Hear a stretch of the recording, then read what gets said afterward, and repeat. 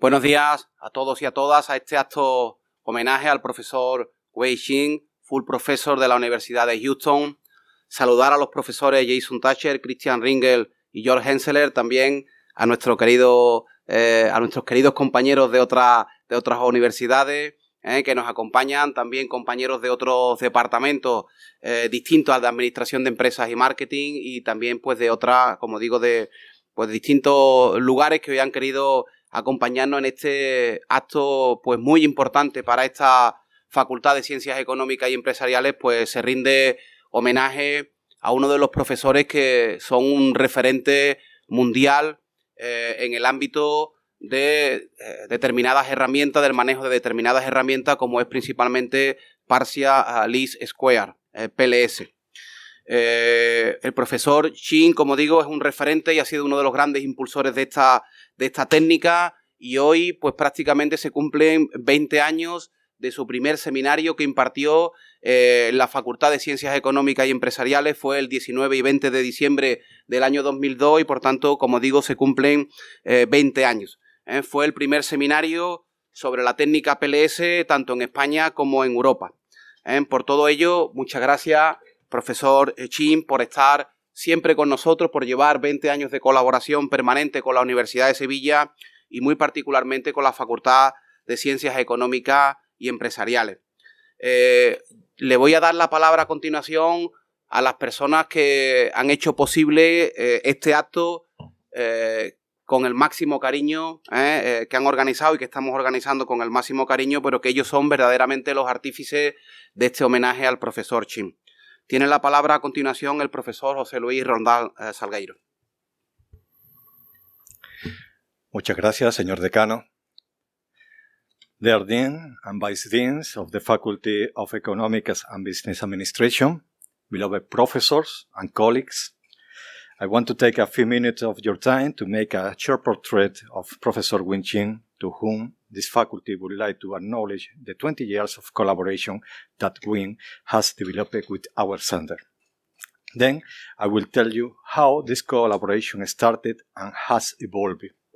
Finally, we will see the impact of this cooperation on our institution. Wynne is a Decision and Information Science professor at the City Bauer College of Business at the University of Houston. He is known for partial least square path modeling, with his PLS graph software being the first graphical-based PLS software developed in 1986 and released widely since 1990. During his 35-year span, Wynne was the first to introduce Monte Carlo simulation to the information system discipline to evaluate structural equation modeling algorithms. He also introduced the bootstrapping approach for PLS analysis in 1998. Wynne's research has received more than 80,000 citations, and he has a Google Scholar Edge Index of 67. In addition, Wynne is the 7th most cited researcher related to structural equation modeling. Regarding recognitions, he has awarded Fellow of the Association of Information Systems in 2013, garnered an Association Information System Distinguished Member cum laude designation in 2020, and an Association of Information System Technology Legacy Awards in 2021.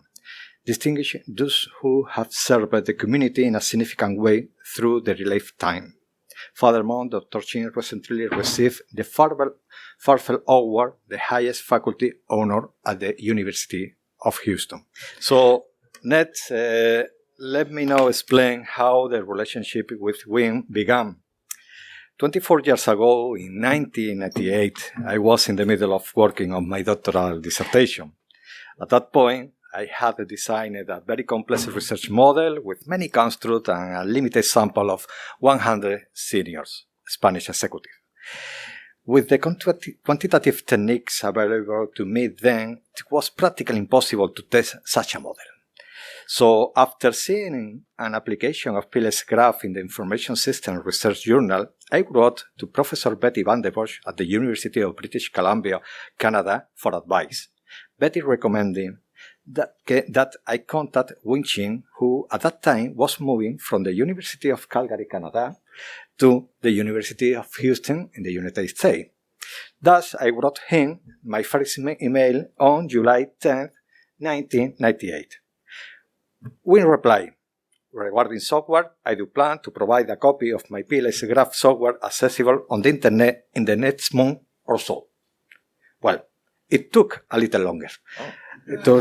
So I was not until February 5, 1999 that I received the PLS graph installation file and became a beta tester. The instructions are thus in that email that you can see.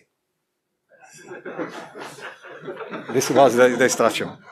So I started a path to train myself in PLSN with the scarce sources that existed at that time. As a result, I think I fell in love with this technique.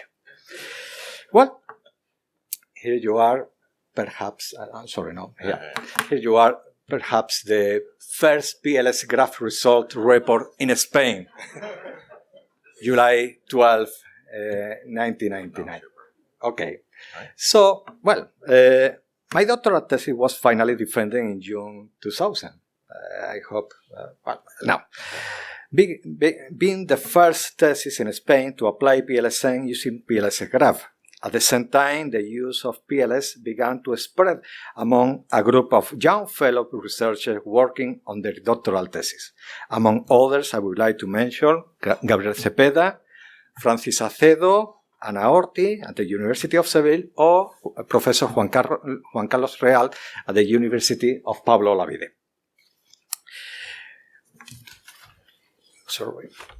Wynne was a great help in giving us valuable advice on applying PLSN in our work, and the relationship was maintained during those years. So, taking advantage of the opportunity to attend the International Conference on Information Systems in Barcelona in December 2002, I proposed organizing a PLS seminar in Seville. Thus, Wynne gave the first seminar on structural equation modeling based on the partial least square approach under the title Partial least square for Research, an overview and presentation of recent advances using the PLS approach. That workshop was held on December 1920. This seminar on the PLS technique using PLS graph was the first to be held in Spain and Europe.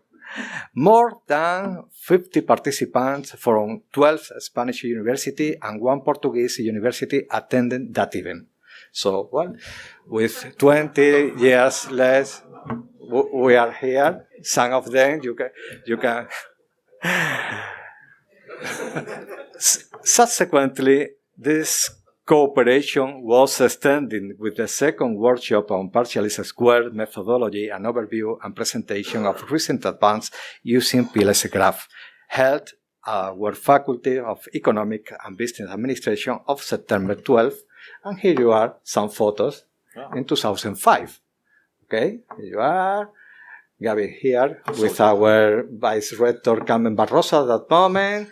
Some tribute, and a family photo with other people, many Portuguese colleagues at that photo. So in June 2014, later in May 2008, he gave the seminar looking forward toward an understanding of the nature and definition of the IT acceptance and update revision, and a practical view on the use of partial least square to model moderation effects. May 21. This you have the. And next, in June 2014, he participated in our Master in Strategic Management and International Business with the seminar Don't Mind the Gap, a conceptual and psychometric analysis on the individual evaluation of discrepancies in the context of the information system user service satisfaction. Additionally, he was the guest lecturer in an interactive research meeting with colleagues and PhD students. Finally, here you are, some photos. Very famous. Very famous. And, of course, when Wynne visits us, it's necessary to organize a wine tasting. So, with some colleagues here. So, well. Finally, he served as keynote speaker at the second International Symposium of PLS Path Modeling, the conference for PLS held at the Faculty of Economics and Business Administration of this university. And here you are some photos during your presentation. Here you are with some colleagues here. He also participated in the panel discussion, The Future of PLS, with Ed Whitton, Theo Distra, Gali Shmuley, and Georg Henseler as moderator. The conference positioned the University of Seville as an international reference center for applying the PLS technique in social science. All the enthusiasm and knowledge for the PLS technique that Wynne spread among us led us to extend and create new networks with other academic expert in PLSM. Thus, this faculty has been visited by distinguished scholars as Georg Henseler since 2011, several times, probably one or two per year. Joe Hare, 2014 and 2019, Christian Ringel since 2016 and several times, Ed Ruiton, 2021, and Nicholas Dan, 2019. So, the result of this lengthy and intense comparative relationships has been reflected in the strong impact of the partialist square technique on the research carried out by the professor at the University of Seville. In fact, according to the Scopus database, at the world level, the University of Seville is the sixth highest educational institution in the number of scientific publications using the partialist square technique, and the first at the European level considering the following research fields: computer science, business, management and accounting, decision science, economics, econometrics, finance and psychology. This leadership of the University of Seville has also been translated to the national level, so that Spain is the fifth country with the most relevant publication in Scopus and also in the Web of Science developed with the partialist square approach, recently in a paper of us together with Enrico Sciabolino.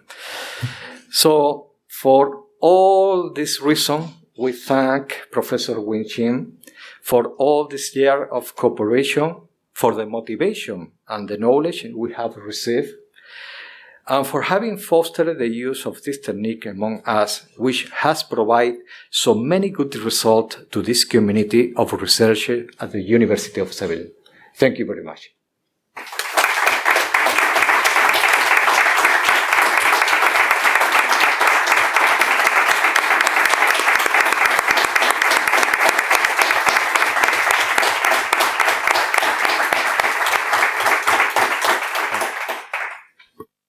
Tiene la palabra a continuación nuestro querido compañero Gaby Cepeda. Gaby. Muchas gracias.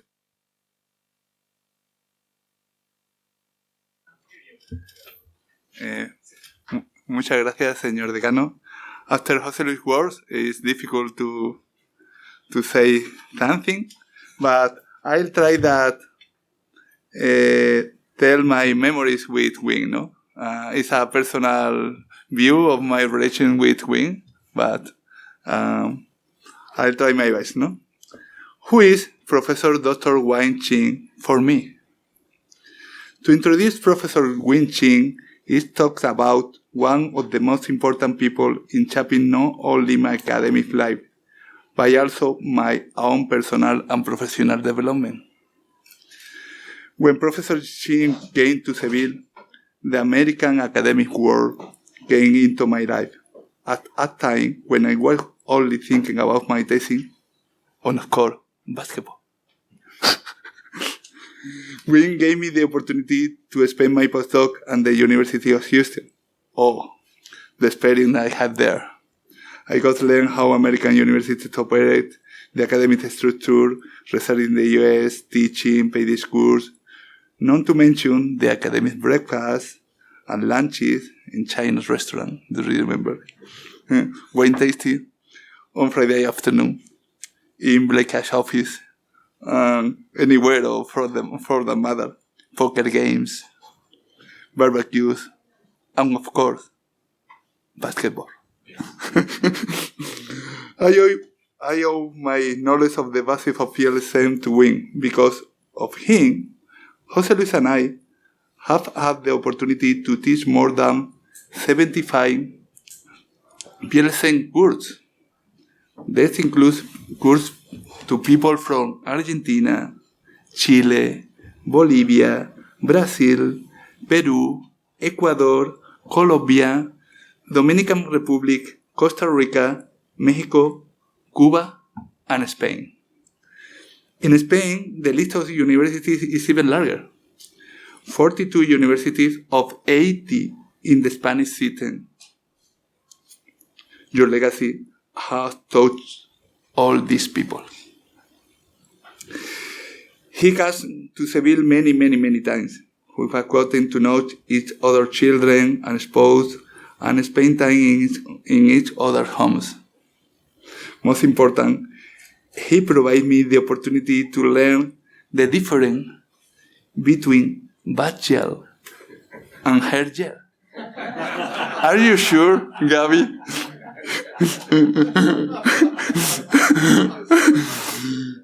When I got to know him as Professor Chin, I'm honored to call him my friend, Wynne. Here's to another 20 years. Thank you.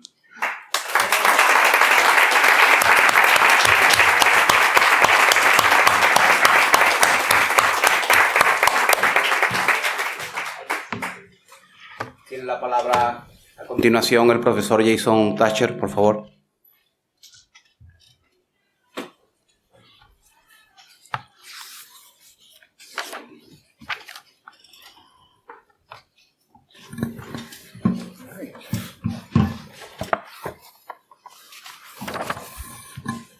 Thank you for having me today. So I've known Wynne my entire academic life, and everywhere I go in the world, he's always there before me. So it's interesting because everybody has a Wynne Chen story. He turns up in China. He turns where we just happened to be at the same time once. We've met in Spain now. We've met in France. We've met in Denmark, I think. We've met in the States, go figure. But it's interesting because every time he shows up, he has a fresh idea or offers a new experience. He always listens to everyone around him. He's always a friend, and he's become a mentor to me. What is atypical about Wynne is when you meet many academics, not every story is good. But with Wynne, they're always good. It's like, did you do this crazy thing? And he's always upbeat. You know, my first Wynne story is I met him in the 1990s as a graduate student. I just started my PhD program. He came to campus, gave a talk. We had a lot of visitors back then at FSU. So they came and went, and they never remembered any of the students. But Wynne didn't. Wynne remembered all of us. Shortly after we visited, the town we lived in flooded. And I get this email from the Wynne Chen, right? And he's like, "Are you okay?" And I'm just like, "Why would you email me?" And it was interesting because at the time, as all the students here will know, we struggle a bit as students. And here's this guy who has thousands of citations, who's literally, I've read his papers. I slept with his book chapter next to my bed, hoping it would seep in. And he took time to make me feel like I mattered. And that really carried me through that difficult end phase of the dissertation. So thank you. You know, Wynne is also so as a result, Wynne has become a role model to me as a mentor. And it's something I aspire to be, is positive and having such a strong impact on people. Okay. Another story I have about Wynne is how humble he is. We were at a conference in San Francisco, and he sits down next to me, and he's like, "I just wrote this review, and I can prove that this method doesn't work." And he talks about it, and he shows me it, and he shows me the review. And I'm like, "You should write that up as a paper." And I was working with a doctoral student at the time, and Wynne reaches back to me after the conference, and he goes, "Let's write the paper," and sends me basically the paper written. And he had written the whole thing. And we helped edit, and we did some other things, but it was remarkable. And what was interesting about it, because Wynne wouldn't tell the story, he'd tell it as one of collaboration, but it really wasn't. It was one of mentoring, because what he showed us how to do was Monte Carlo simulation properly, how to take somebody's paper, debunk it, and make them feel good about it at the same time. which is a gift to be able to write a positive narrative around someone's paper who just didn't work out. And so that really taught me a lot about thinking positively and about reaching out to people and how to manage relationships. And these lessons he taught me, I've passed on to my students. The story I always tell them is when you write a paper, don't start with the attack. Start with what's positive about it, and then explain what doesn't work. And end it with what's positive about it and how we've moved the ball forward through having this discourse. Now, Wynne is more than a mentor, and he's more than an advocate for doctoral students. What's also really notable about Wynne, in my country, he's emerged as a national leader. And this is something that not many people do. They have tens of thousands of citations. Most of them sit in their offices alone. Wynne does a lot of outreach. When I was president of the AIS, I had a chance to watch how he engaged with our professional association. He's been the program chair at conferences, featured speaker. He's a future conference chair. And it's something I'm incredibly grateful to him for doing. Because we need leaders like this that are great scholars, but also great people that show up and help their communities. He's also a great leader at his own university, where he served as president of the Faculty Senate. He moved on from the Faculty Senate to go to his state, his province level, and organized yet another organization. Once he was through with that, he's now setting up a national organization of faculty to advocate for faculty wellness and faculty careers, which is simply remarkable. So what's most important here to me, though, is if despite the citations, despite the leadership, he always has one more thing.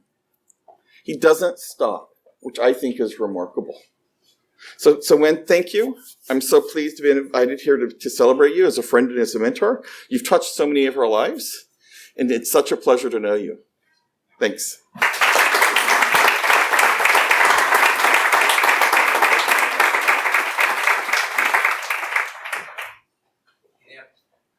Tiene a continuación la palabra el profesor Christian Ringel. Cuando quieras, Christian.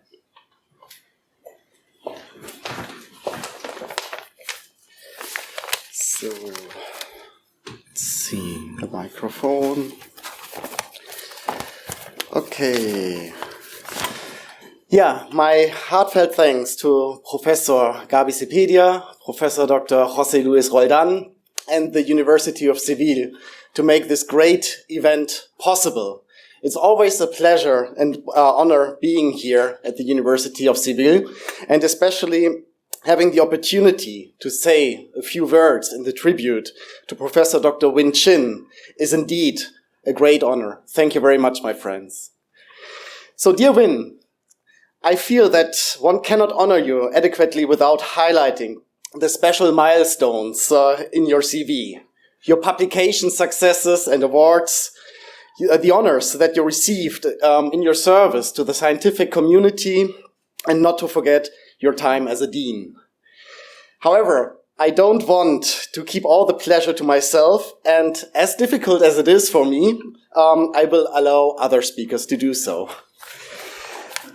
Instead, I will make the use of this special opportunity to address some few personal words to you, which hopefully won't embarrass both of us. Whether you're aware of it or not, you're a crucial attraction and a great role model for many people. You have had a hand in positively and decisively shaping and influencing numerous lives and careers, also mine. A little over 20 years ago, as a young PhD student, I gained my first experience and published on the covariance-based structural equation modeling method and used the AMOS software. During my attempts to produce papers, I presented my research project to a fellow PhD student and friend of mine at another of my university's institutes. Currently, she's a renowned professor, and I'm forever in debt to her, and for the crucial hint and advice she gave me that day. So she advised me not to use the traditional CBSEM method and AMOS, but to estimate my success factors model using PLS path modeling instead. She also maintained that the PLS graph software would be beneficial in many ways. I, of course, had never heard either of these. So I immediately set out to learn all I could about them, and straight away I came across the name Wynne. Your 1998 article, The Partial Least Squares Approach to Structural Equation Modeling, published in Modern Methods of Business Research, is still a groundbreaking work. Its more than 25,000 citations to date are one and all truly justified. In an easy-to-understand way, this article explains the peerless path modeling method and how to systematically analyze and evaluate the results. As if this weren't enough, simultaneously you developed and published Peerless Graph, the first user-friendly peerless software with a graphical user interface. Without these outstanding achievements, Hermann Wold and Jan Bernd Lohmöller, the pioneers of PLS and its software applications, would have remained largely unknown. The same applies to the peerless path modeling method. Without you, it would have never achieved its current widespread use and be regarded as a standard multivariate analysis method. This is an extraordinary achievement that can never be overstated. To this day, I remember in 2002-2003, I sent you, dear Wynne, an email and requested a peerless graph software license for my research purposes. And I could hardly believe that I received a couple of days later an answer from you and certainly access to peerless graph. So from then on, I was swept up by a whirlwind. I set up my model, which I previously estimated using Amos in peerless graph, and presented my analysis and research results with the help of your recommendations and systematic evaluation guidelines. The rest of my scientific career is history and would never have developed successfully without your contributions and example as a central point of orientation. I'm not only in your debt, but I'm also very grateful. In truth, my most important projects emulated you. Whether these were publishing successfully in top journals, application-oriented papers and guidelines, or software projects. You're a great writer, and it's always a pleasure to read your contributions. Indeed, we all envy you, the great and extremely successful projects that you realize. However, besides your outstanding example as a scientist, you have another important quality that deserves even more emphasis. You're a particularly friendly, positive, and helpful individual. After my own positive experience as a young PhD student, I came to see how you supported and helped many young scientists, especially through joint publication projects. Your commitment to young scientists through your devotion, caring, left a lasting impression on me and serves as an example of what all of our personal actions should and could achieve. Finally, I would like to mention that you're a gifted speaker. Everyone who heard your keynote speech at the 2015 PLS conference here in Seville still remembers vividly your presentation and your works. This is another gift of yours that leaves a lasting impression in the most positive sense. And there's another thing I also want to bring up. I would discover that we share a passion for traveling to Australia. On my many trips down under, I met so many people who excitedly and enthusiastically said, well, Wynne had been recently here, or Wynne was coming soon. Unfortunately, we never have met in Australia.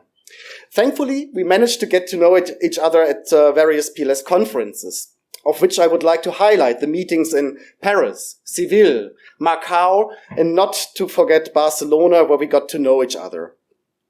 Each of our great conversations, usually over a particularly good glass of wine, are unforgettable. Even more so when the conversation moves beyond science and you reveal your true self. It is from you that I learned that science is important, but life with its ups and downs is more important. Another wisdom that I accepted with gratitude as a guide during my own career path. Wynne, you're an outstanding scientist, a great personality, and in many ways, a highly respected role model. Or simply put it, a great person. I look forward to every meeting with you and getting to know you a little better each time, but most of all, to learn even more from you and to pick your brains whenever you allow this. It's a great pleasure and honor for me to be here today and to address these few words to you. My warmest regards always accompany you. Thank you very much.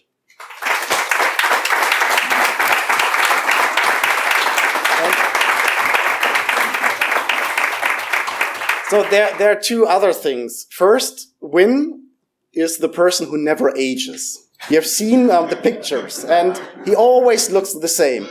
Don't ask him for the secret. I asked him so many times, what's your secret of not aging? He won't reveal it.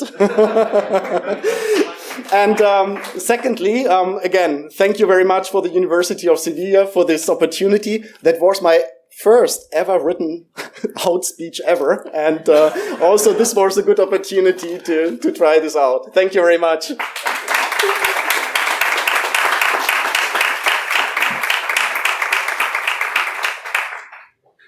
A continuación tiene la palabra el profesor Georg Henseler.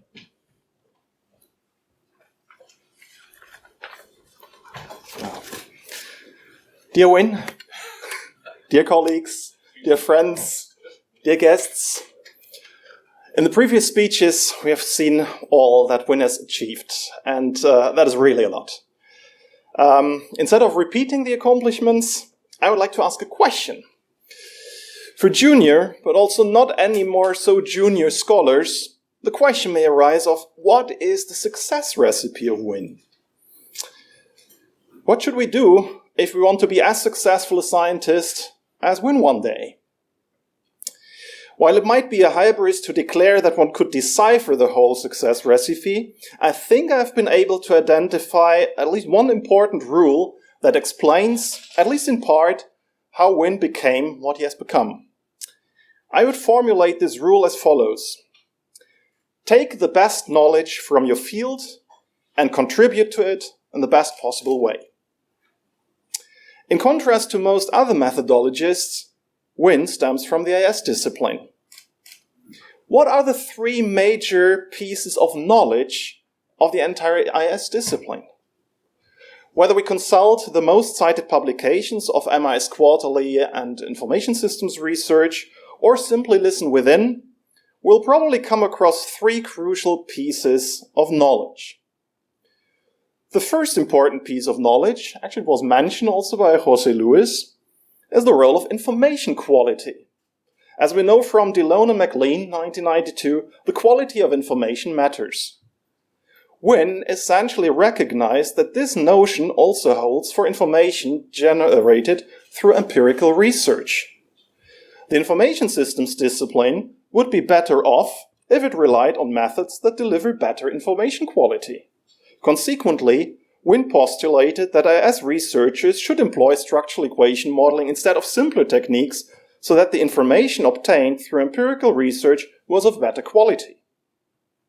The second important piece of knowledge is technology acceptance.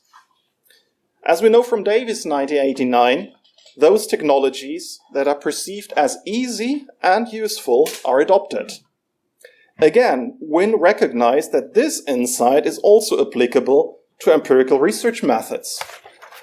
Whereas most methodologists only focus on the functionality of the methods they develop and thus on their usefulness, Wynne also took into account their perceived ease of use. Consequently, Wynne implemented PLS Graph, the first PLS software with graphical user interface. The great ease of use of this software is one, if not the main reason for the spread of PLS and ultimately for us being here today. The third important piece of knowledge is the awareness of being a design science. At least since Havner and colleagues 2004, we know that problem solving through design science research is a pertinent scientific activity for IS research. Many of Wynne's contributions embodied this notion of problem solving. How can we determine the significance of PLS path model coefficients? How can we analyze and compare multiple groups?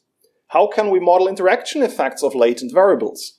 How can we quantify and overcome common method bias?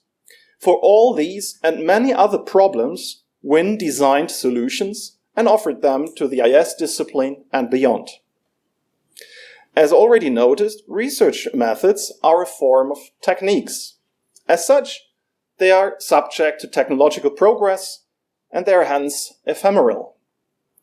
However, the principles of how Wynne determined his research program, planned and executed his research, and disseminated its outcomes are something that is here to stay. Take the best knowledge from your field and contribute to it in the best possible way. Today, many parties express or have expressed their gratitude. I would like to join in and thank you in the name of all junior as well as not any more so junior scholars on whose development and careers you have had a major impact. We have learned a lot from you. Wynne, you have been a source of inspiration for many young researchers over the past decades, and you're a great role model for researchers in IS research and beyond. So on behalf of all of them, thank you.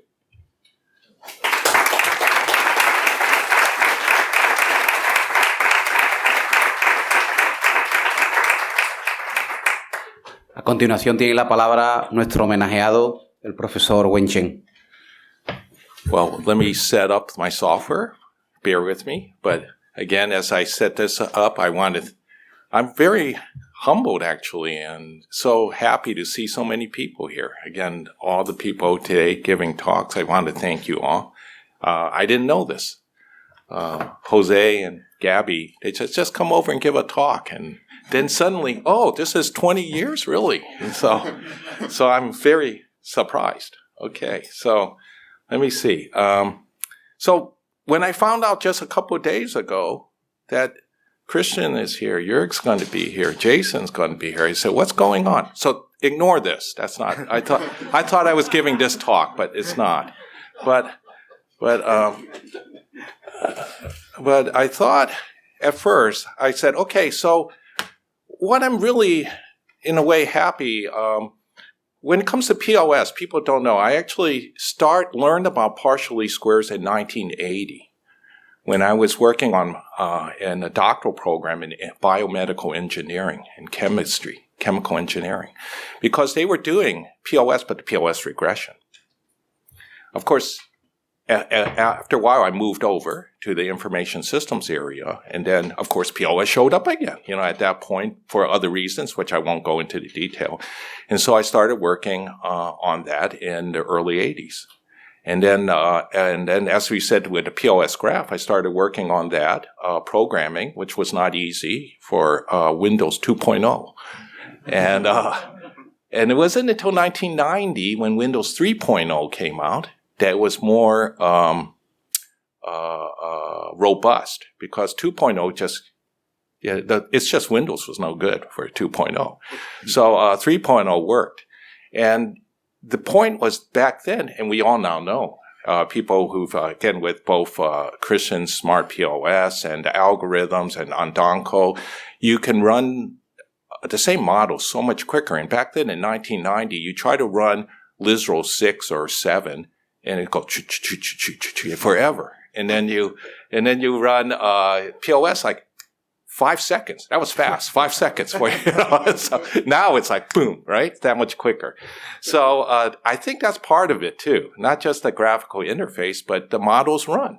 And but I think in a way, I do feel that I was doing this, and it was very lonely, as people said. Herman Wold in early 90s, and along with Lohmiller, they both passed away.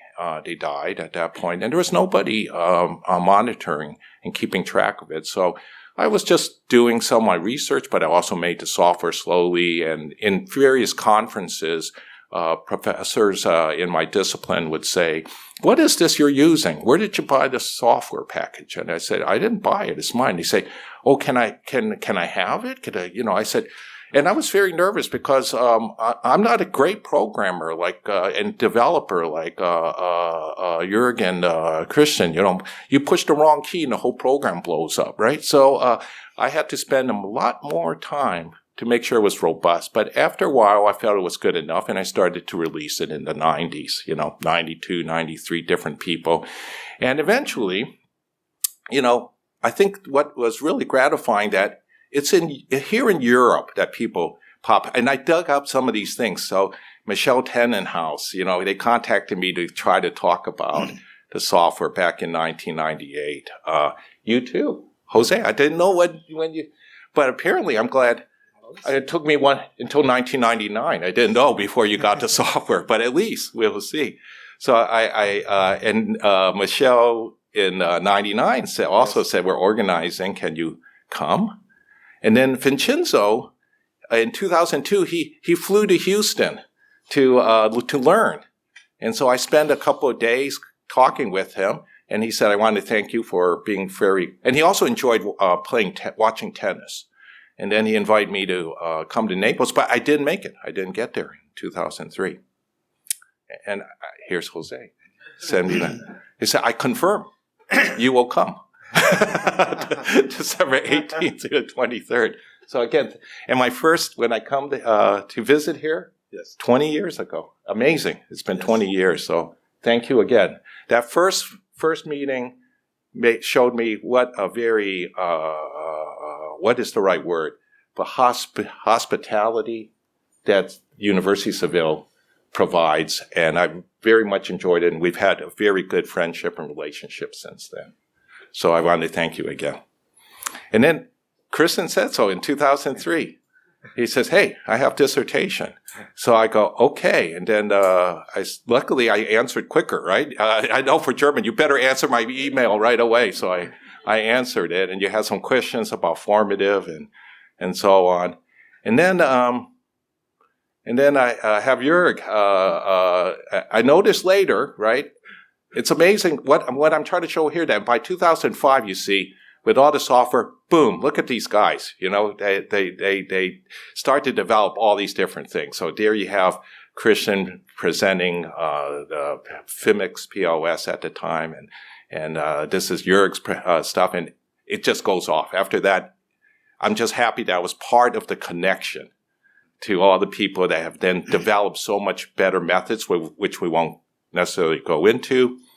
Again, here is, I like this one. It goes, I forgot what happened. You can tell me later. What did I do? We helped you wake up. It says when and who, and also thanks for waking me up on May 4th. Do you remember? But I don't remember. But I do remember this one. And, My costume, I think, is supposedly the police chief, the chief of police. And you are what, the prince? You're the prince, yeah. And of course, Vincenzo have to be the emperor, right? Yeah, okay. And so, because of you and Vincenzo, of course, we did the first handbook. Of course, what have I been doing with Jason? When was it? 2017. We met after a while in front of the Bruce Lee statue. And I said, I don't trust this guy. You see, I'm already, okay? And then we said, let's fight. And now, here comes the kick. And he said, no. Calm down. So we said, okay. And so then I stand, and then I say, and you have to be good enough shape, I guess. So I said, yeah, let's jump up in the air. Okay. So I did. It's amazing how quickly I just wanted to, when I gave the talk 20 years ago, you're getting old because I just highlight at the bottom, my daughter at the time, 13, and two daughters, and the other one is 8. So it's amazing. Now I have grandsons approaching that age. So it's quite interesting. So again, thank you for that. And I skipped this. Okay, so let me switch to the other slide. So bear with me. So no, I'm not doing this, but I have someone, because Jose said, no, you're not doing this. I go, okay, but I still, they're part of the slide I need to show. Okay, so let me see if it works. Okay. Yeah. Okay, not that. So what have I been doing since we were at the Macau 2017? Everybody now remember COVID and all this other stuff. So since 2015 here for the conference, and then we had Macau POS 2017. So after the Macau POS conference, what do? You go to Disneyland, right? So Disney World. So there I am with my daughters now. They're older. So my two daughters, one in the front, okay, and right in the middle, and then one next to me. Here's my grandson in 2018. Say, I have to, that's what you have to do. Don't do the talk. Show your family picture. Now, this is interesting. This is my daughter's house. Now, do you know in the U.S., the Google car, right? Google car, they go around and they take photograph of everything, right? Yeah. So I was coming out of the house exactly then. Okay? Now, again, I am professor in Houston. I don't want my administration know that I'm actually visiting my daughter, right, in Florida. So I'm not in Texas. I'm in Florida looking after. But the Google car comes. So if you go on Google Maps and you look for that address, I saw the car come. And as I was walking out, there I'm holding. I saw the car and I go, oh no, right? They took the picture. Okay. Now, you can see that, right? There it is, right? There. So you can tell that is me. And and now you see my son there with the hand. The grandson with the arm. He's always likes there. Okay. 2018. So, let me go to the next one. Oh, so here he is now, my grandson about so many months later. Okay. Now, Google car, right? Okay. 2019, I visit again. Okay. Really? No Google car, right? Okay, so I went back to look at Google Maps. And I go to the site. Okay, they don't have my picture there anymore. So new car again, come by, take picture, nothing there, right? So, okay, it's an update Google Map in the neighborhood. But, okay, you can use Google Map, right? And walk down the street. Right? So I go down I use the Google Maps now. Okay, it's a new mapping. So I go down the street. Do you see something there? Okay. You see?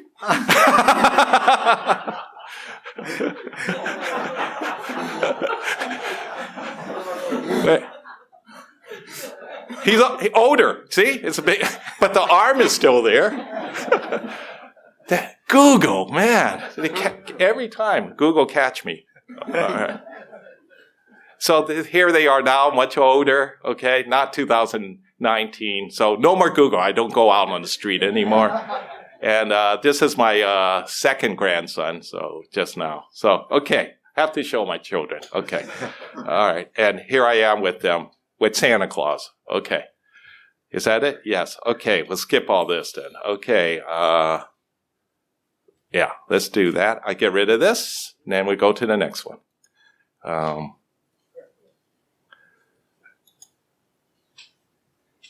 Okay, let's see if this works.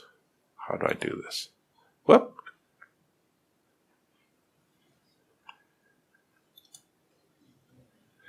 Is this the right one? Okay. So now that I show all this, I have too many slides here, so I will be mindful. We need to finish by 2. Yeah, or less. Or less. Make it less. If we want lunch. When is lunch? At 2. Then we finish before 2. Okay. Okay.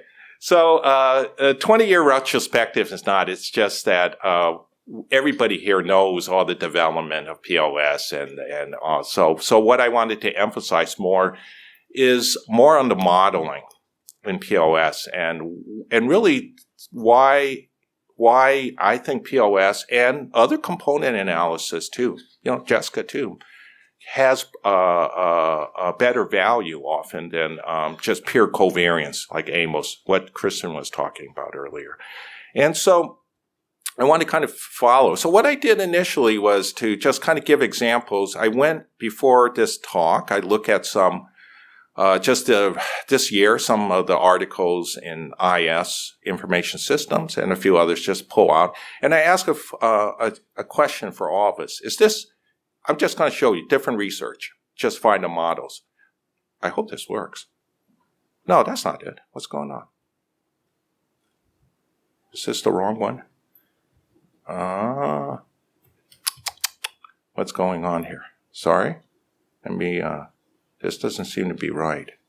That's a copy. See, that's the problem, right? Let's see. That's not it. Maybe I can do this. You're offline. Oh no. That's the problem, right? No internet. So excuse me, because I was using this Prezi to access, and it has to be on the internet, and it's not working. So let me see if I can do this again. All right, so 20 years, but focusing on modeling. I hope this works.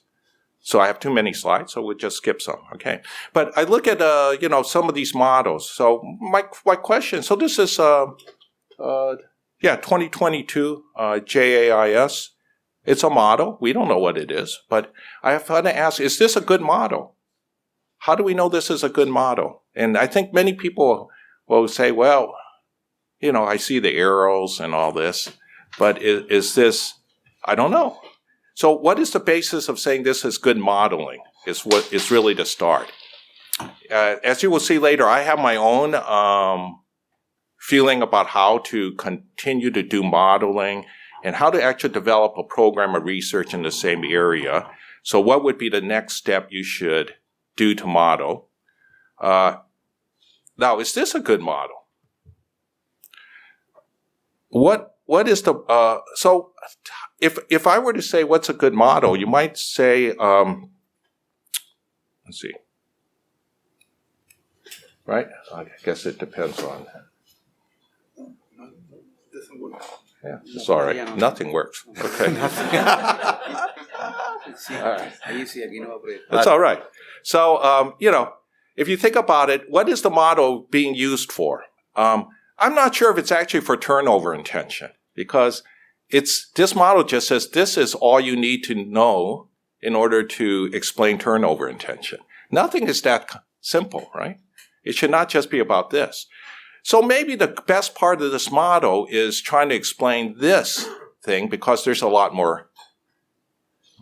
So the first thing I think about is a model is useful if you act to the extent, and what PLS is mainly about, is variance. I always argue that it's more about variance. It's about being able to predict, and not about predicting covariance.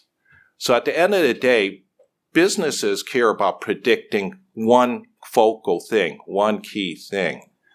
And you can have other things, but whatever you want to be successful in, find out what the criterion is. What is the focal, the most important thing that you are trying to predict or improve, and then say, what is it that we think we should work on? So according to this model, then, there's A, B, C. Those are three important things that improves this. And then they also have interaction effect. So how do we know how good it is? Well, it's a lot, right? So they have all these different models, but let's zoom in. That's why I was using Prezi. So I can zoom in. So you can see that you have different dependent variable. Of course, the model is not good for that one, intention, because we saw only one thing, connect. How do we know it's not that good? You go down to the bottom to look at the R squared and see if I can make this move there.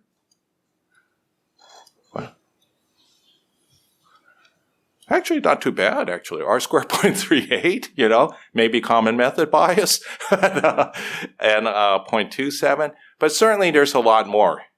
You see, the R squared, 0.6. Okay, 60%.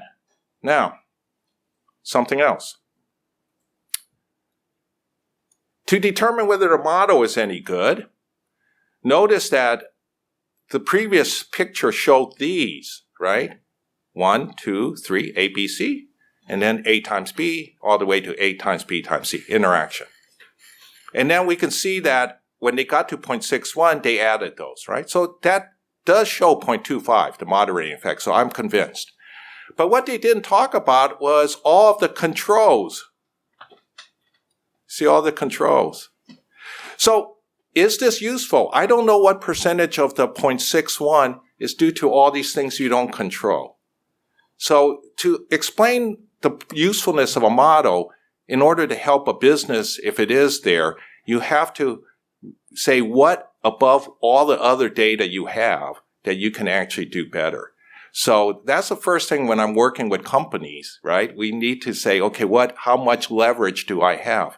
In other words, if it is true now, I'll go back to the previous one, if it is true that these three and all this is really important areas, how much does it really impact? But you have to then take away all those controls. In a lot of the articles I look at, they're tricky. They put in all this, and so that I think reviewers don't even notice. They just see the R squared and say, hey, that's very good R squared. But you have to actually look at the research. But I'm not here to say negative. It's just these are the questions. So the first question for when you do your research is if I'm modeling, is if you're building a model, what is the focal concept you're really trying to improve, to predict? In your area, all the research people are researching, what is acceptable R squared? And so it depends what your area of research is, what people have done. But we should know what you are going for ahead of time. That's what I would say is like success. A priori, before you gather the data, what would you consider a good model? You should tell me. What is the right, how much should the R squared be? How much should you be able to predict? And so nobody talks about that, right? I'll skip a few because this one, it looks like it's Jason's paper. And so is this a good model? So, But what's good about the model is, no worry. So what is the criterion? I'm not going to worry about it. So it's either work-life conflict or organization, but he was really trying to emphasize this concept. So he has the hammer. This is the hammer, and maybe it's useful here, maybe here. So, but again, I tend to want to start with the focal criterion. But hey, I cannot complain. Where was this published? JAIS. It's a good journal. Okay.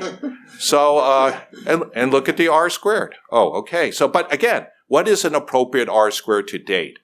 I'm not sure if in the article you guys actually said how much previous research has, how good has it been in predicting work-life conflict or organizational citizen behavior. I don't know if that was part of it, but okay. We'll skip Jason. But, and I won't talk about this. We have no time. This is even worse. This is not worse. This is a model. Okay, let's see. Let me. I'll start at the top. I'll make it bigger. So this is it, like this, like that, right? So here's a model. All right. Better. Okay. So is this a good model? Okay. So this is part of it. So this is the general framework. Goes down. Let's keep going. So here's the actual model, right? So we see a lot, make you dizzy. So here's, the point is again, what is this? Is there a focal model? Like which part of this model can I use the most in order to really help? If you look at this, it looks like everything is only being predicted maybe by two things at most. You got the interaction effect right here. So this and this predicts that, right? This predicts that. Over here, it's not a lot, right? So I'm not sure what, how useful this really is. This one is interesting. Okay, so this is from Journal Marketing. So what is the key point? What's the criterion here? It's very clear. Salesperson performance. And what is it being predicted? This, or quite a few things. They have some moderator. So actually, they don't explain it, but later on in the article, you can see. So here it is, and you can see that there's beta, up to beta 5, right? So there's at least 5 different predictors, and then you can see the R squared, adjusted R squared. Is it good? No, this is a different one. Sorry. So I didn't know what but I think that one was pretty good. This one was interesting because the R squared is just 0.05. And as you know, I don't know if that's a good model. I think Jörg has an opinion already. So I will skip all this. So yeah, here's the model. So let's skip all these. Okay, too much. So, but I just kept looking for a couple good models, and so those are models. So instead, I wanted to start, and I apologize. Maybe we can skip this, but I thought this was going to be the talk I was going to give to the doctoral students. So, but when we say about how do you do good modeling, structural, especially SEM, path analysis, POS, path modeling, modeling in many respects can be interchanged with theorizing. So therefore, I said, what is the role of theory? So I just bear with me a little bit about theory building, theory testing. I just brought this from Academy of Management Journal, 2007, by Coquit and Zapata-Phelan. And it's a good one where they summarize. So if you haven't had it, and by the way, I will have the link for this entire thing, so everybody who wants this, you can access. So I will give that to Jose Luis, and you can provide it to everybody. So what is theory? And or you can even change to what is modeling for. So we can say to understand and predict outcomes of interest, right? So I'm focusing on being able to understand by that and predicting something I care, that I want to predict. Of course, there's describe and explain a process sequence. The third one is do not be dazzled by the complexity. So a model makes us simpler, just focusing and not get confused with too much stuff. And then we also have other aspects. Let me just go on to the next one. But it's the same thing with theory. Theory in terms of relationship between dependent and independent variables, you want to know what's important. You want to know how are they related. And in particular, conditions under which they should or should not be related. You will see, that's the moderating part later in modeling. Under what conditions is it not? But the most interesting is when Baccarat in 89 would talk about theory, and I would say also modeling, is primarily its ability to explain variance in a criterion of interest. And so I really hope that I look at a lot of the research. I would like to see more papers that really are trying to improve our ability to continue to increase our ability to understand in the sense of predicting, improving our prediction, increasing the R square of one thing we care about. And so that's the key. I'll skip this. So in summary, when we talk about theory, is it to understand, explain, predict? Understand and explain is a more general term. What does that mean? Predict, we get. Predict is about making a forecast. What's the likelihood? What is the R squared? I would say to understand and explain is to know what are the key antecedent, what are the key factors that I use to predict and try to explain why we think these things make a difference in the impact. And so and of course we go on to talk about boundary conditions. So let me just go on. Skip this one. Theory building can be done through different things, again, with moderators and mediators. So in that paper, they talk about this, right? And so maybe some of you know this, maybe some of you don't. They talk about that in general, you can test existing theory, where at the beginning you don't, at level 1, there's no theory. yet. So you're just doing inductive, trying to figure out, you're guessing. And then you get to 2 and you're kind of looking at ground your predictions, you're testing it with reference to some other previous research.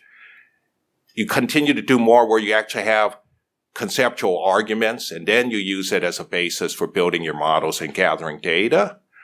Or you actually are using existing models that has already been researched, which is most of what we do. I think a lot of the people here, you take existing and you try to improve it. Or you actually really ground in on existing theories. So this one is not even a theory yet at 4. It's just models. And then that's why we go back to what's theory. How to build new theory, right? Replicate previously demonstrated effects. They say, as you move up, examine effects that have been the subject of prior theorizing. So examine if it actually works. To continue to build, you then, is to introduce new mediators or moderators. And then, Here. 4, examine previous unexplored relationships. So adding new things, new connections in a model that people didn't think you can connect. And then at the 5th level is take existing theory everybody knows, but now add new concepts, new things that adds more. So that's like adding more, increasing your prediction, and so on. So where are you when you're modeling, and how do you continue to build? So that's just sort of the general model. Of course, both the theory testing and the theory building aspects of that thing, it's not necessarily orthogonal. They showed it as sort of, X and Y axes. It could actually be quite related when you look at this, but I'm not here to argue about that model. It's more about the fact that when they presented it, they had kind of an ordering on the theory building and the theory thing. And you will notice that the mediators and the moderator aspect is later. So therefore, my next question is that how do you know you're successful then when you're modeling? What is a good model, and how do you continue to, if you have 20 years of doing research in the same area, how do you continue to improve your research? Do you stay with the same research you're doing, and how do you continue to improve on your models? So that's my question. Okay, I'm going to skip this because we need to eat. Okay. So the first one, of course, is just to kind of give an example of some examples. This is like the TAM we talk about, the most basic. We have, for those who know, technology acceptance, or in general, the intention is the focal phenomenon. That's the focal concept, the intention to use a technology. And then there's the ease of use and the usefulness. So, and it's most basic. Now, they've gone on to add a lot more. But when we, and some have seen this before for a different talk, but we can see when you use covariance, you get a good fit. The R squared, is that also a good R squared? Yeah, the R squared, well, there's the chi-squared, there's all the goodness of fits, and the R squared was 0.41 for intention. Okay, then I use POS and, 0.40. So R squares are the same. All right. So that's good, right? But again, is this a good model, right? Now, we already in IS, they continue to build. So the argument is it's not a good model. But on what basis, when they introduce more models, I would submit again is that what's a reasonable R squared? We already have an R squared of 0.4. What are we... we should have in mind where we should go in order to be helpful for people.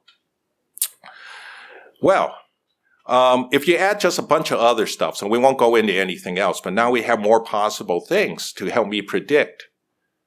Notice what happens when you add other things. I'm not saying this is generalizable, but just with the data set I use, usefulness and ease of use, when I use POS, is not significant.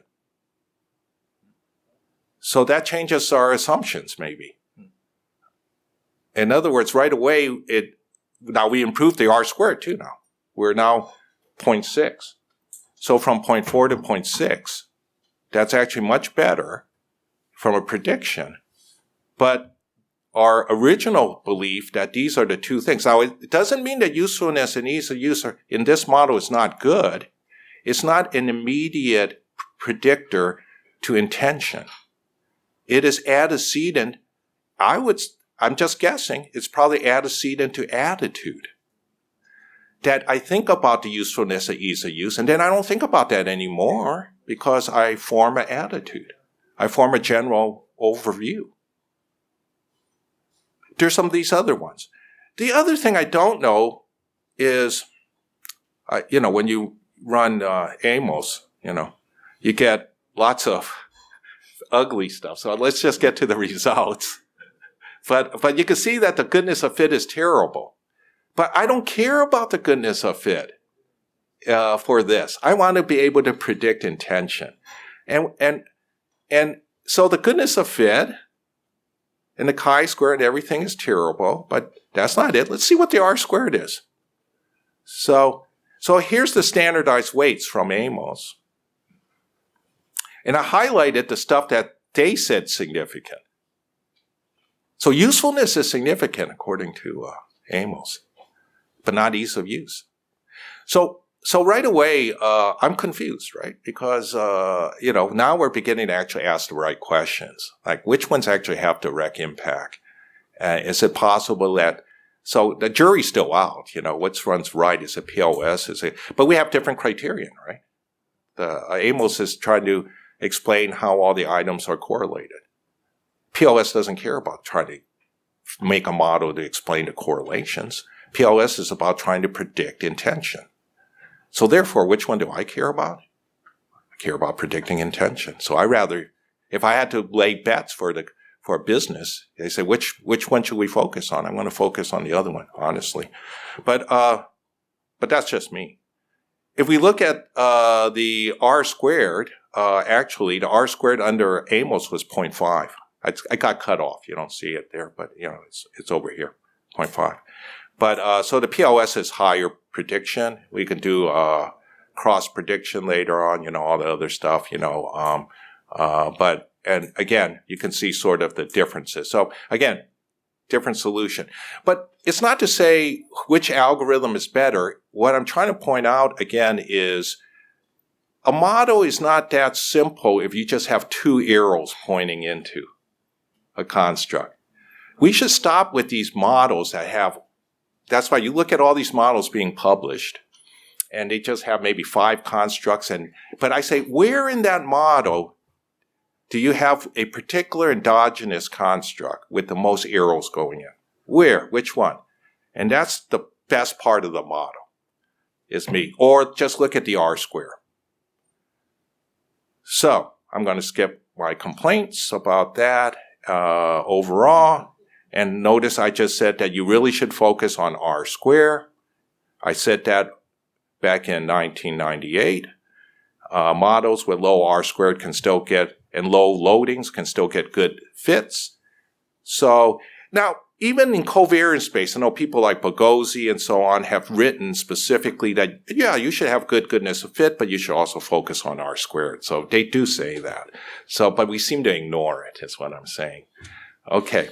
And therefore, one of the most takeaway for why you need to have a lot more arrows going in is to be careful of misspecification. Now, anybody who knows econometrics knows model misspecification. You leave out some variables, you give credit when they really shouldn't there. And therefore, the ease of use and usefulness example, I put in some other stuff. It doesn't actually belong. So this is an example I've shown before. You have the actual model, but we leave out X4. And now we focus on what happens to the beta if you leave out an X4, an actual variable that should be in the model. And it's all pure math. It's all there. It shows you what actually happens. But if you run a model and you don't actually include a relevant variable in your model, you actually increase the actual beta. So the actual beta 2 actually adds more. And that's because it adds to part because you left out the other information. So we have to be careful. So I think one of the first thing is you must always test your model by adding more things as antecedents to direct in the future. That's my first, and that's what you should test other models that exist. So what's the message here?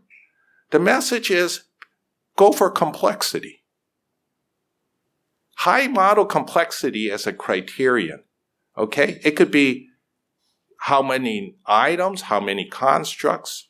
I'll skip about the notion of generalizability, parsimony, precision, or things that we worry about. But Hubert Blaylock in sociology, back in the 80s, this is presidential speak in American Sociological Conference. And those who know, he introduced a lot of things about modeling and things in his books way earlier in the 60s and the 70s.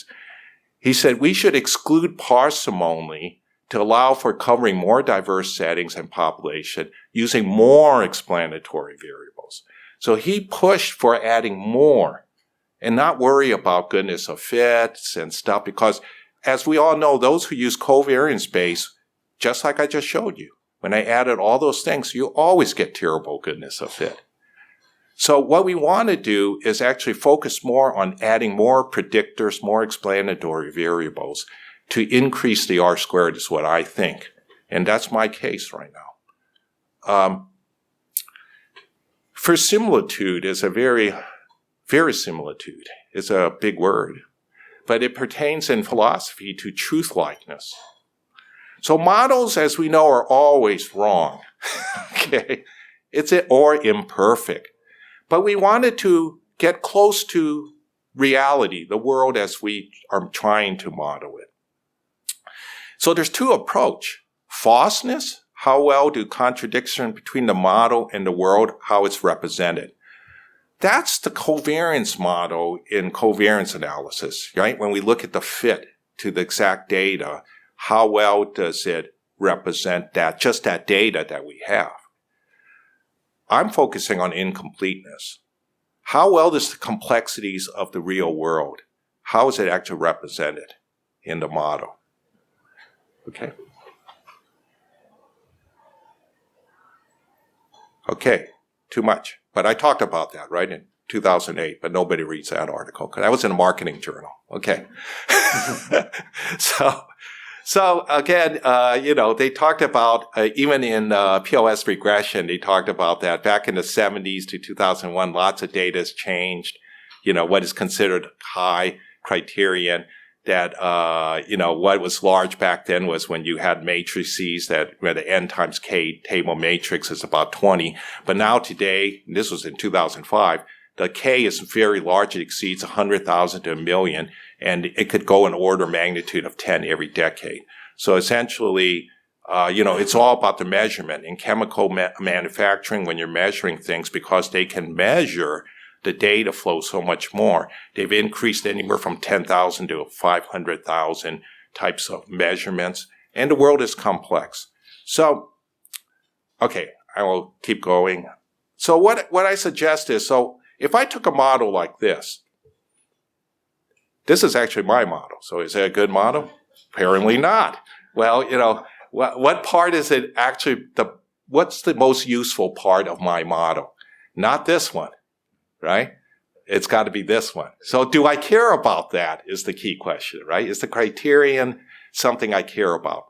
I don't know, I hope so, but I don't know. But clearly, these things are stuff that seems to matter. This is a model on enjoying life, okay? So how does your life fit? And so, how does your job fit with what you want in life? You get older, you worry about that. Okay.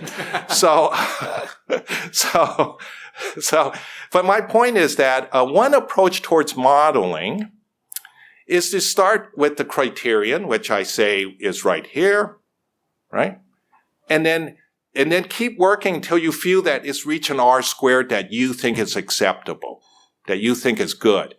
Then the next step, potentially, not that I recommend necessarily, but then say, okay, now that I don't think I can improve on adding any more, which of these should I be focusing on?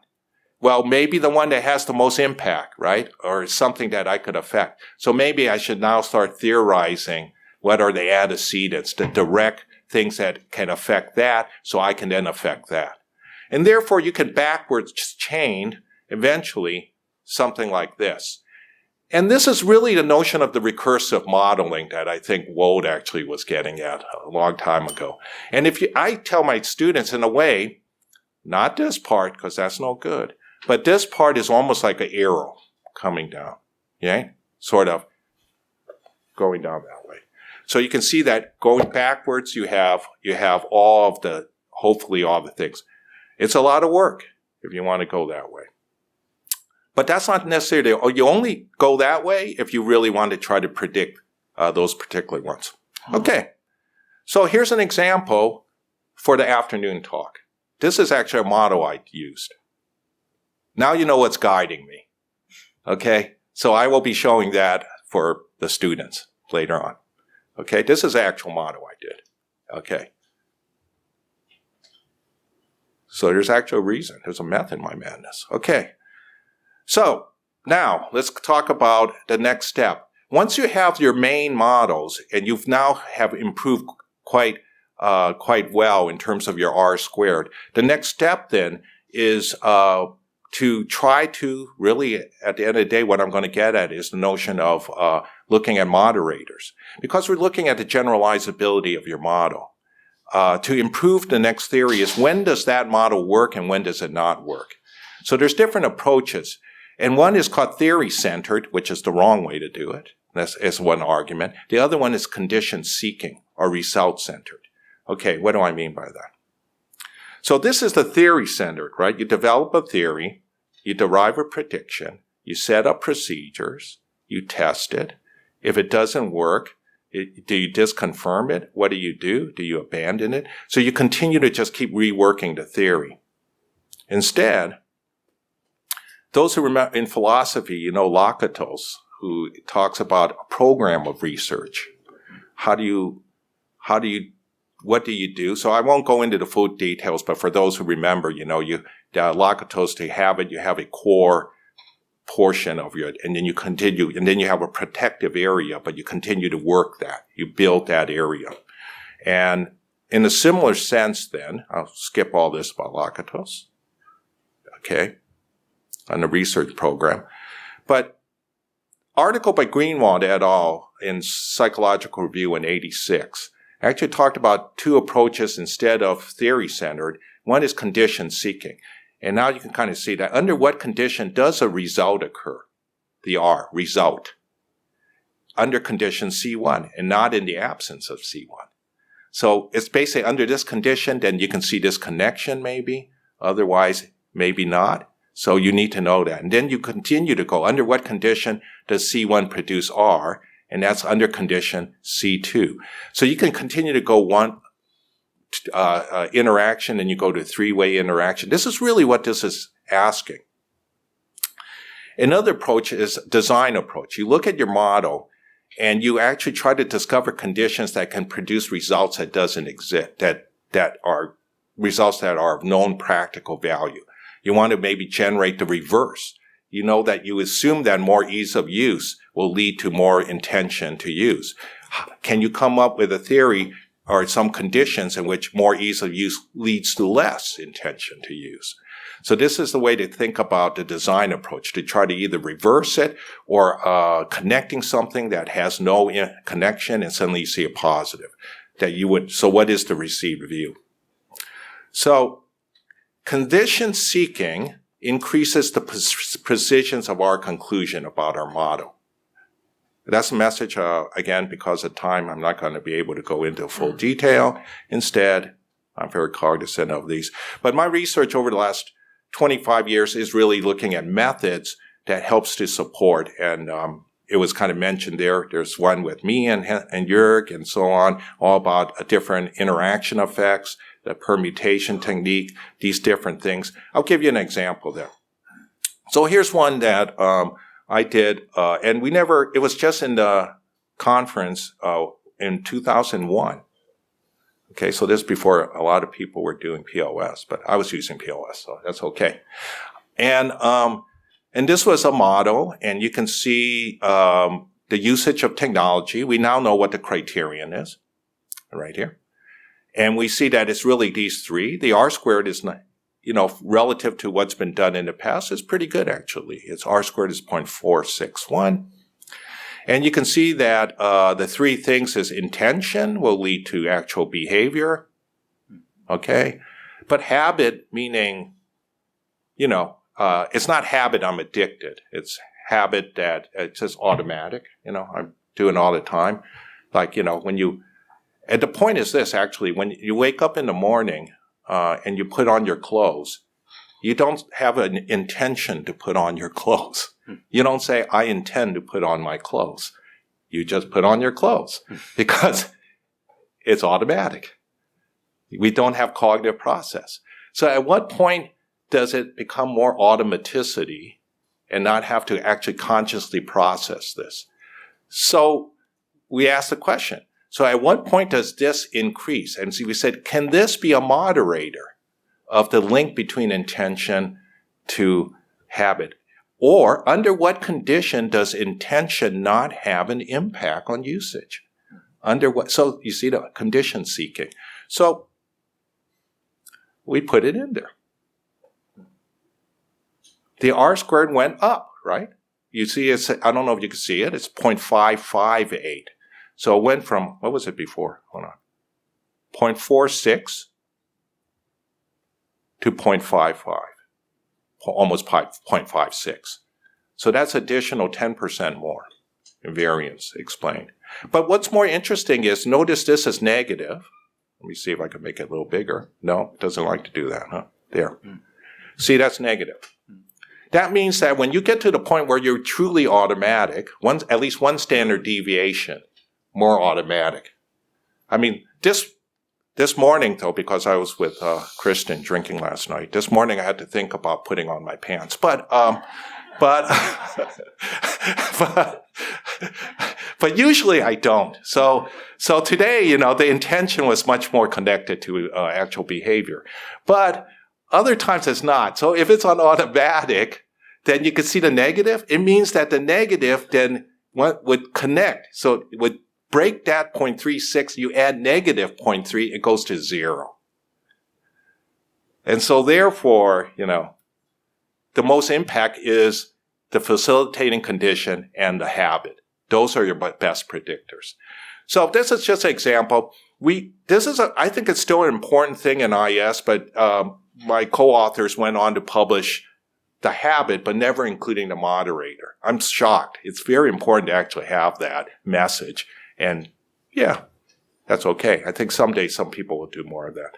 So therefore, going back to the model, at what point do you stop going backwards? And when do you feel that it's important to have more precision, understanding the conditions in which the connections either reverse direction goes to 0 or goes even more stronger? So when do you actually put a moderator? I propose that at some point, that's when you start to do moderators. But you don't start with moderators. You have to start with a good predictive R squared base model before you start playing moderators. I see too many papers where people are just having so much fun.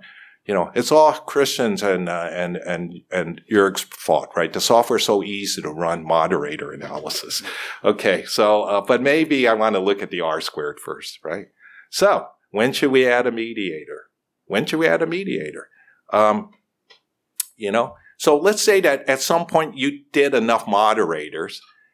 And then I will leave it to everybody else, but it's now getting better and better. Jose Luis also and Gabi, is that moderators suggest mediators. So at some point, you say, okay, this is a good moderating effect, so now we now have a mediator. Because that moderator, the reason it's changing the link is that there's a mediator in there. So an ideal paper says, I first show the moderator has an impact, then you say, but what it doesn't affect the path, it's got to be affecting something in there. So therefore show, is there just one mediator or is there more than one mediator? But hopefully when you have that moderator, it's impacting one or more mediators that it ends up being that R-squared. I actually have a good example of that, but quite a few years ago working with somebody in marketing, but we never got around to publishing that. I need to show that, actually. But as soon as I got it, I said, well, we proved it. We actually found two mediators that totally explained the increase in R-squared that the moderator had done. So that, you got to show that, actually, but it's not easy.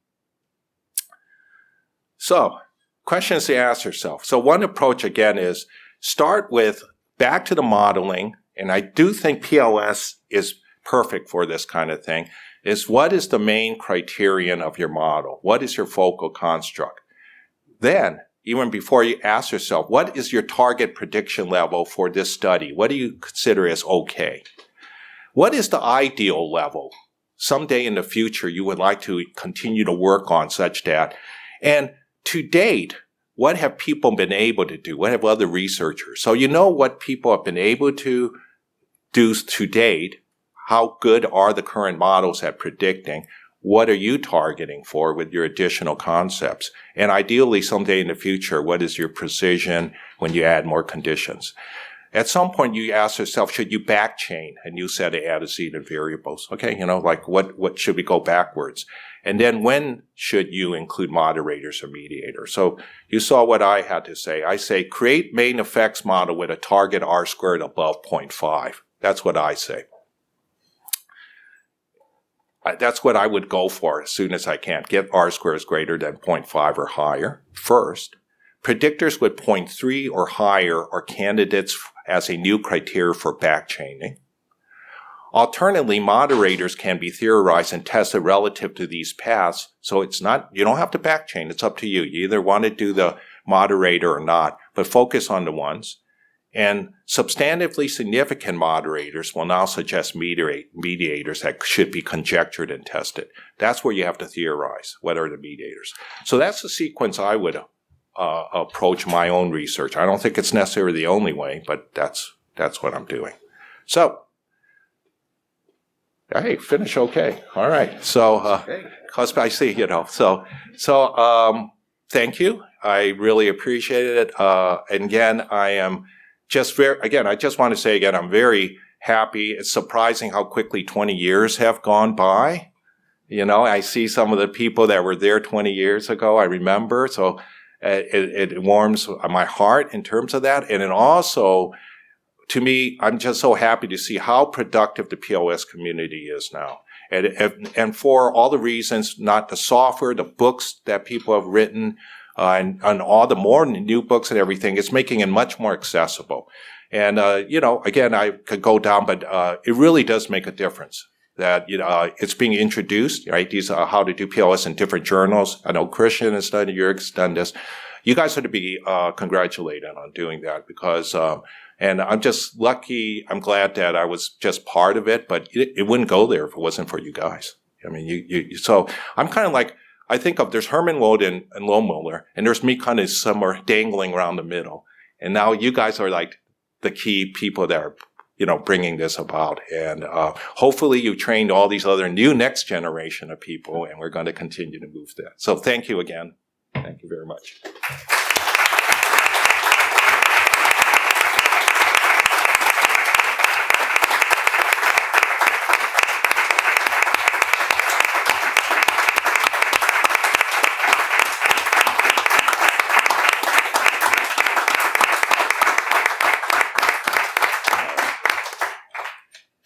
Bueno, pues queda la parte final de este acto que yo creo que es seguro que es la más cariñosa que vamos a tener hoy porque lo que vamos a entregar al profesor Wynne es la verdadera esencia de esta facultad, que no es otra cosa que una réplica. No le podemos entregar a la facultad, pero le entregamos una réplica. Y también le vamos a imponer la beca de nuestro 50 aniversario. Yo le voy a pedir a los profesores Gaby y José Luis, por favor, que hagan entrega de ambas cosas.